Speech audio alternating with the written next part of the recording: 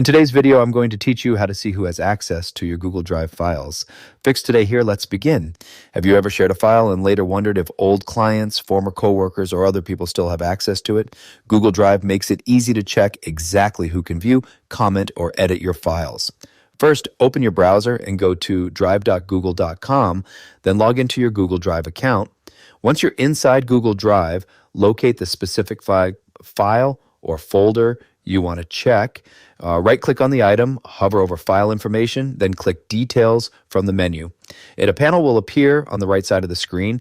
In this panel, look for the section called Who Has Access. This gives you a quick overview of the people who can currently access the file or folder. Now click the blue Manage Access link at the bottom of that section.